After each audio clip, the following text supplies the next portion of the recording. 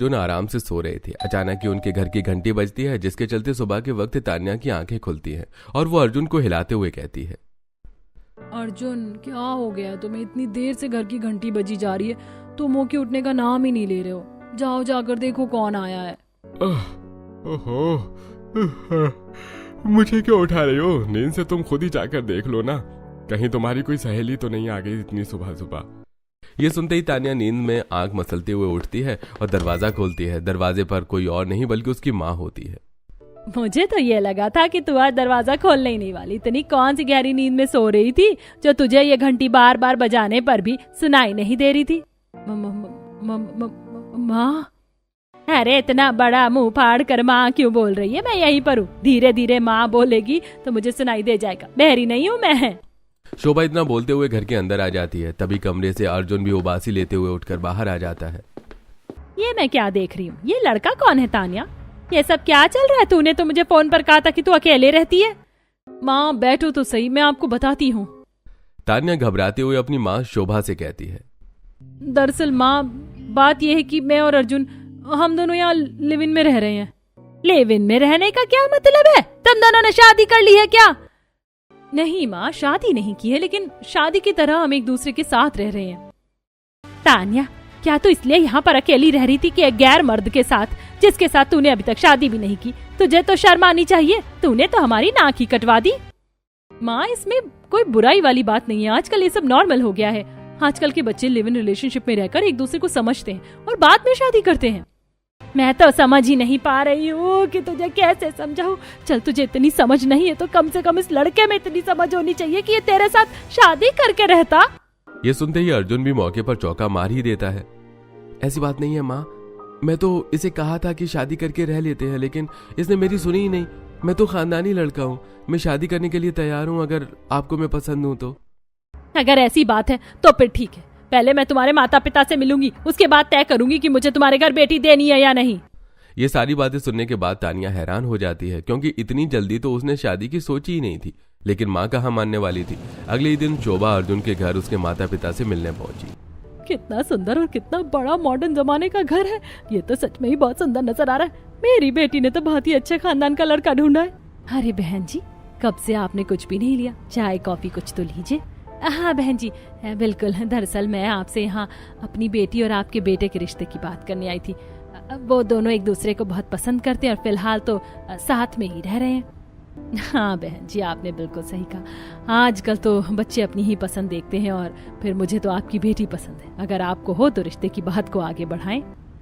ये सुनते ही शोभा बहुत खुश हो जाती है और अपनी बेटी के रिश्ते की बात करते करते वो शादी की तारीख भी निकाल लेती है। फिर तो किसी चीज की परेशानी नहीं है और देरी भी नहीं करनी चाहिए। चट मंगनी पट ब्याह कर देते हैं, उसके बाद फिर ये बाहर रहे या इस घर में रहे, उनकी खुद की मर्जी है। शोभा के ये कहने पर गायत्री उसकी बात मान लेती है। बहुत जल्द अर्जुन और तान्या की शादी हो जाती है और तान्या शादी करके अपने ससुराल आ जाती है। मुझे तो यकीन ही नहीं हो रहा अर्जुन इतने बड़े घर का बेटा है। जैसे माँ ने बताया ये घर तो बिल्कुल वैसा ही है, बिल्कुल मॉडर्न और हाई फाई क्लास। बहू तुम बहुत ज्यादा थक गई होगी, जाओ जाकर अपने कमरे में आराम कर लो। गायत्री के कहने पर तान्या अपने कमरे में जाकर आराम करती है। शाम के वक्त जब वो तैयार होकर बाहर आती है तो देखती है बड़ी सी डाइनिंग टेबल पर बहुत ही सारे पकवान लगे होते हैं। अपने ससुराल आकर तो बिल्कुल ऐसा लग रहा है जैसे मैं किसी राजा की पत्नी हूँ और मेरे लिए शाही खाना लगवाया गया हो। क्या बात है बहू, खुद से क्या बातें कर रही हो? चलो यहाँ पर आ जाओ और तुम भी खाना खा लो। शादी के चलते बहुत थक गई होगी, थोड़ी बहुत थकान उतरी है नहीं? जी माँ जी, मेरी तो सारी थकान उतर गई। आखिर इतना अच्छा ससुराल जो मिला है। वैसे आज तो मेरी पहली रसोई की रस्म होनी चाहिए थी, फिर आपने ये खाना क्यों बनाया? अरे अभी तो तुम नई आई हो, पहले आराम से इस पूरे घर को घूम लो और कुछ आराम कर लो। उसके बाद तो जिंदगी भर तुम्हें इस घर के चूल्हे चौके को देखना है। गायत्री की बात सुनकर तान्या बहुत खुश होती है। शुरू के कुछ दिन वो आराम से अपने कमरे में अपने पति के साथ एंजॉय करती है। कभी कभी उसके साथ बाहर घूमने भी चली जाया करती और घर आकर स्वादिष्ट खाने का मजा लेती। मेरे ससुराल में तो बहुत ही स्वादिष्ट खाना पकाया जाता है, सब लोग अच्छा खाना पसंद करते हैं। फिर मैं भी कौन सा कम हूँ, मैं भी अच्छा खाना बनाती हूँ। बस एक बार मेरी पहली रसोई की रस्म होने दो, उसके बाद तो सब लोग मेरे फैन हो जाएंगे। अब धीरे धीरे काफी दिन हो जाते हैं और तान्या काफी आराम कर चुकी थी। आगे से तान्या ने ही अपनी सास से कहा, माँ जी, जब से मैं आई हूँ इस घर में आपने मेरी पहली रसोई की रस्म नहीं करवाई। आप मेरी पहली रसोई की रस्म कब करवाने वाली हो? अरे बहू, मैंने तो ये सोचा था कि थोड़े दिन तू आराम कर लेगी तो तुझे अच्छा लगेगा। खैर, अगर तुझे अपने ससुराल की जिम्मेदारी खुद उठानी है तो मैं तुझे जिम्मेदारियों से दूर नहीं करूंगी। आज मैं तेरी पहली रसोई की रस्म करवा ही देती हूँ। चल, मैं तुझे रसोई दिखा देती हूँ। गायत्री ऐसा कहकर तानिया को अपने घर की रसोई में ले आई। जैसे ही तानिया रसोई में कदम रखती है उसके होश ही उड़ जाते हैं। बहू, ये हमारे घर की रसोई है, अच्छी है ना? हमारी पुश्तैनी रसोई है। इस घर में आई हुई हर औरत ने इसी रसोई में अपनी पहली रसोई की रस्म की है। अब तुम्हें भी इसी रसोई में अपनी पहली रसोई की रस्म करनी है। और हाँ, जो भी बनाओगी अच्छा और स्वादिष्ट ही बनाना, नहीं तो तुम्हें आज के मेन्यू की मैं रेसिपी दे देती हूँ। मेरी सास को मेन्यू रेसिपी की पड़ी है, लेकिन ये नहीं पड़ी कि आजकल के जमाने की बहू इस पुराने जमाने की रसोई में कैसे खाना पकाएगी। चारों तरफ मिट्टी का ही सामान दिख रहा है, यहाँ तो कुछ भी नए जमाने जैसा है ही नहीं।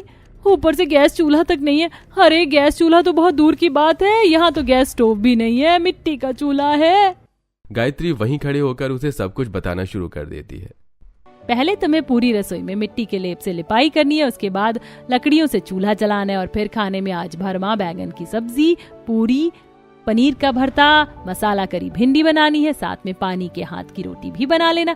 हमारे घर में सभी को पानी के हाथ की रोटी बहुत पसंद है। वैसे तो रोजाना 2 तरह की सब्जी बनाई जाती है, लेकिन आज हमारी पहली रसोई की रस्म है तो एक एक्स्ट्रा में ही सही रहेगा। एक्स्ट्रा तो पता नहीं, लेकिन ऐसा लग रहा है आज मेरा हलवा बनने वाला है। हे भगवान, ऊपर वाला ही आज मुझे बचाए। तान्या के सांस तो चली जाती है, लेकिन वो रसोई के चारों तरफ मिट्टी के बर्तन, मिट्टी का सामान देखकर बहुत ज्यादा परेशान हो जाती है। कहाँ तो मैं इलेक्ट्रॉनिक चीज इस्तेमाल करने वाली और कहाँ ये पुराने जमाने की रसोई। क्या नहीं सोचा था मैंने अपनी पहली रसोई के बारे में, लेकिन यहाँ तो लग रहा है जैसे मैं अब कुछ भी नहीं बना पाऊंगी। तान्या मिट्टी का लेप लगाना शुरू करती है। इसके बाद वो लकड़ी लेकर चूल्हा जलाती है। उफ, ये चूल्हा तो जलने को ही नहीं बोल रहा है। आज तो मैं बहुत ज्यादा परेशान हो रही हूँ। इस तरह तो मैंने कभी भी रसोई में काम नहीं किया। ऊपर से ही मिट्टी के बर्तन जल्दी से गर्म भी नहीं हो रहे हैं। आग जलते जलते तान्या की आंखें भी लाल होने लगी थी। धुआं उसकी आंख और मुंह में जा रहा था। हे भगवान, अब मैं क्या करूं? मुझसे तो ये एक सब्जी नहीं बनाई जा रही, बाकी की सब्जी कैसे बनाऊंगी? और अभी तो पूरी और रोटी भी बनानी है। तान्या इतनी ज्यादा परेशान थी कि वो कुछ समझ ही नहीं पा रही थी। उससे जैसे भी उल्टा सीधा हुआ उसने बना दिया। जो उसने बनाया वो सभी खाने की टेबल पर उसने लगा दिया। आज का खाना तो हमारी भाभी जी ने बनाया है, जरूर खाने में कुछ स्पेशल ही होगा। भाभी, आप ही बता दो क्या बनाया है आपने? आज के खाने में मैंने अपना पागल बनाया है, और वही पागलपन तुम्हें खाना भी होगा। अब कैसे बताऊं इन लोगों को कि जो भी मैंने बनाया बस राम ही बताए कैसा बनाया है। घर के सभी सदस्य एक एक के बाद आकर खाने की टेबल पर बैठ गए। सभी ने धीरे धीरे करके सब्जियों के ऊपर से प्लेट्स हटाई। सब्जी की हालत देखते ही सब दंग रह गए। अरे बहू ने क्या बना कर रख दिया, इसकी तो शक्ल ही अच्छी नहीं लग रही, खाने में क्या ही स्वाद होगा।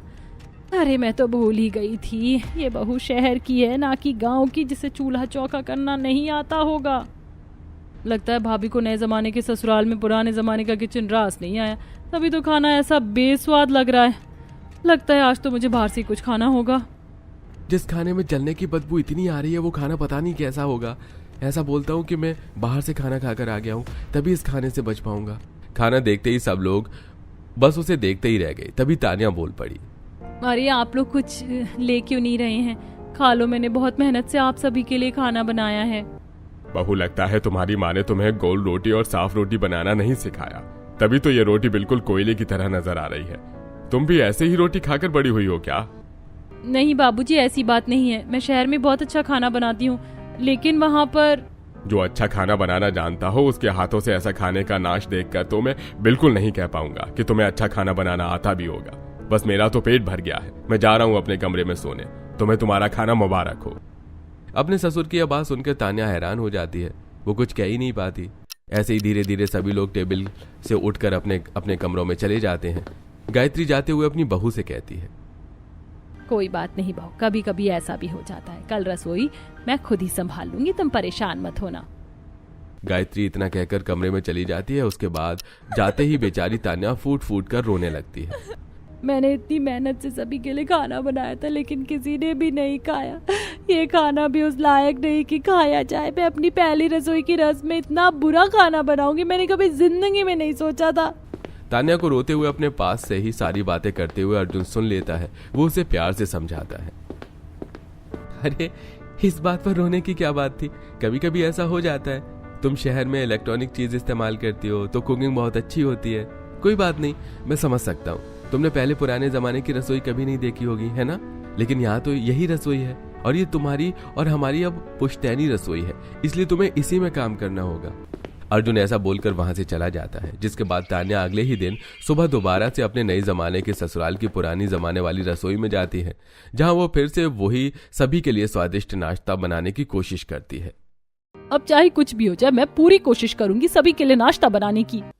इस तरह धीरे धीरे बेचारी तान्या मिट्टी के चूल्हे पर लिपाई करने के बाद उसे जलाती है और उस पर अपने शहरी पकवान बनाने की कोशिश करती है।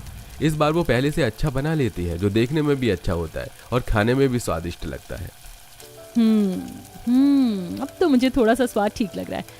इसका आज तो ससुराल वाले सब खुश हो जाएंगे, बड़ी मेहनत से जो मैंने उनके लिए इतना सारा कुछ बनाया है। नाश्ते की टेबल को पूरी तरह भरी हुई देखकर घर के सभी लोग बहुत खुश हो जाते हैं। इस बार उन्हें नाश्ते में शहर की कुछ अलग अलग चीज खाने को मिलती है। ओहो, ये तो चीज सैंडविच है। ये चीज सैंडविच भाभी आपने चूल्हे पर कैसे बनाया है? बस मैंने थोड़ी सी टेक्निक आजमाई और इसको बना दिया। तुम्हें खाने में कैसा लग रहा है? सच कहूँ तो बहुत ही स्वादिष्ट है। आपने तो बहुत अच्छी कुकिंग की है आज। मेघा के मुंह से तारीफ सुनकर तान्या खुश हो जाती है। वहीं गायत्री और मनोज भी उसकी तारीफ करते हैं। बहू, लगता है पुराने जमाने की रसोई में खाना बनाना सीख लिया है तुमने। आज तुमने आलू के पराठे और ये दही बहुत स्वादिष्ट बना के रखा है। बहुत बहुत शुक्रिया पिताजी, आज आपने आखिर मेरी तारीफ कर ही दी। आखिरकार अब लग रहा है कि तुम इस घर की रसोई को लेकर इस ससुराल को समझ पा रहे। भले ही हम लोग आज के जमाने के हैं, आज की आधुनिक चीजों के चलते हम उन चीजों में ढल चुके हैं, लेकिन आज भी हमारा खान पान पुराने जमाने के हिसाब का है। इस तरह तान्या बहुत खुश होती है, लेकिन उसकी खुशी ज्यादा दिन टिकने वाली नहीं थी। बहुत मुश्किलों से उसने सुबह का नाश्ता बनाया था, लेकिन अब तो रोजाना उसे ही बनाना था।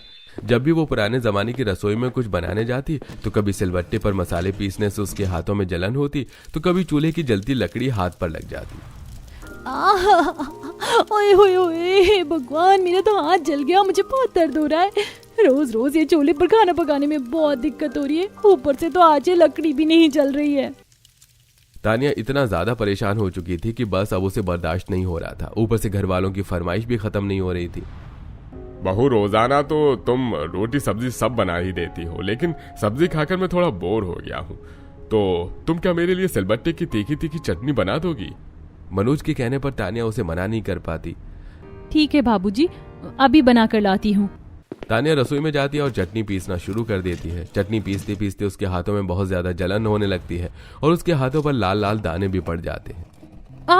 आई, मेरे तो हाथ में बहुत ज्यादा दर्द हो रहा है। ऊपर से ज्यादा मसाला पीसने से मेरी हाथों में मिर्ची भी लग गई है। इन घर वालों को तो बस खाने से मतलब होता है। इन्हें ये नहीं पता कि पुराने जमाने की रसोई में कितनी परेशानी होती है। अगर यहीं पर मिक्सी होती तो ये झटपट पिस जाती। तान्या इतनी ज्यादा परेशान हो जाती है, वो हार कर एक दिन अर्जुन से बोलती है। अर्जुन, बहुत हो गया। तुम जानते हो मैं शहर की पढ़ी लिखी समझदार लड़की हूँ।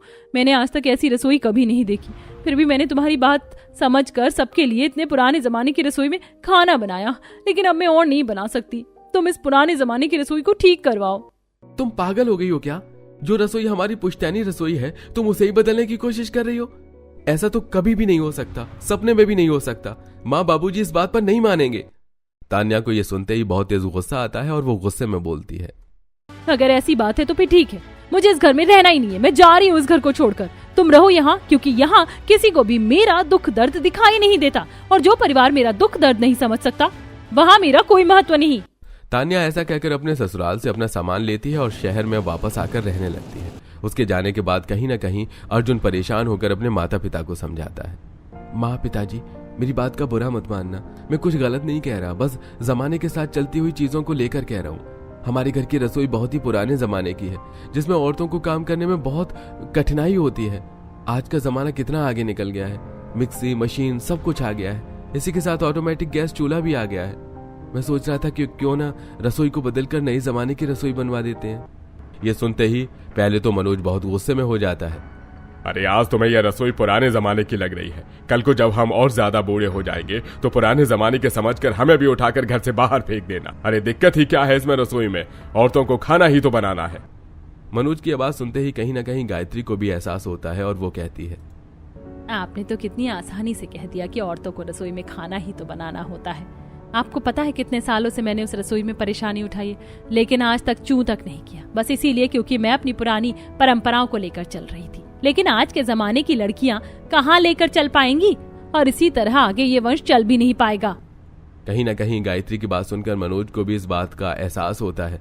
उनकी रसोई बहुत ही ज्यादा पुरानी है, जिसके चलते वो रसोई को बदलवाने का फैसला लेते हैं। अब पुराने जमाने की रसोई को तोड़वाकर बिल्कुल नई जमाने की रसोई में बदल दिया जाता है और पूरा परिवार शहर में तान्या को वापस लेने आता है। तान्या, मुझसे गलती हो गई, मुझे तुम्हें ऐसा कुछ नहीं कहना चाहिए था, मुझे माफ कर दो। देखो, हम सब तुम्हें वापस लेने आए हैं और हम सभी ने तुम्हारे लिए एक सरप्राइज भी रखा है। यह सुनने के बाद तान्या अपने मन ही मन सोच रही होती है, मुझे तो ऐसा लग रहा है कि मेरे बोलने का जरूर यही असर हुआ होगा। इन्होंने कहीं और घर ले लिया होगा जहाँ पर रसोई नए जमाने की होगी। अच्छी बात है, फिर तो मुझे इनके साथ चलना चाहिए। तान्या ऐसा सोचकर उनके साथ वापस उनके बड़े से घर में आ जाती है। अरे ये क्या, हम लोग यहाँ पर क्यों आए हैं? अर्जुन, सच बताओ, क्या चल रहा है तुम्हारे दिमाग में? मैंने तुम्हें पहले ही बताया था तुम्हारे घर में बहुत ही पुराने जमाने की रसोई है जिसमें अब मुझसे और काम नहीं होता।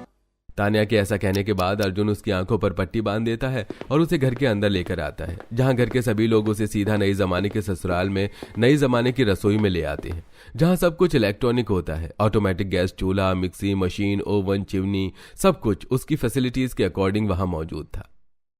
सरप्राइज! अरे, वो पुराने जमाने की मिट्टी की रसोई कहाँ गई? अमेजिंग! मुझे तो यकीन नहीं आ रहा कि हाँ, ये सब आप लोगों ने मेरे लिए किया है। हाँ, हम सभी ने ये सब तुम्हारे लिए किया है। हम सभी को माफ कर दो, हमसे बहुत बड़ी गलती हो गई। हमने ये समझा ही नहीं कि एक रसोई में एक औरत कितना स्ट्रगल करती है। नए जमाने के दौर में हम आगे तो बढ़ गए, लेकिन रसोई को आगे बढ़ाना भूल गए थे। तुमने हमें यह सिखाकर अच्छा किया। हाँ बहू, आज के बाद तुम्हें कोई भी परेशानी नहीं होगी। हंसी खुशी तुम्हारा जो भी मन करे तुम इस रसोई में आराम से बनाना। ना तो तुम्हें इस रसोई में अब पसीने आने वाले हैं और ना ही तुम्हारा कभी भी हाथ जलेगा। और अब चटनी बनाने के लिए मिक्सी मशीन भी है। आप सभी का बहुत बहुत शुक्रिया कि आप लोगों ने मुझे समझा, और अब मैं भी ऐसी गलती नहीं करूंगी इस घर से जाने की, और आप लोगों का हमेशा ख्याल रखूंगी। ये मेरा आप सभी से वादा है। इस तरह तान्या अपने ससुराल में आकर खुशी खुशी रहने लगती है।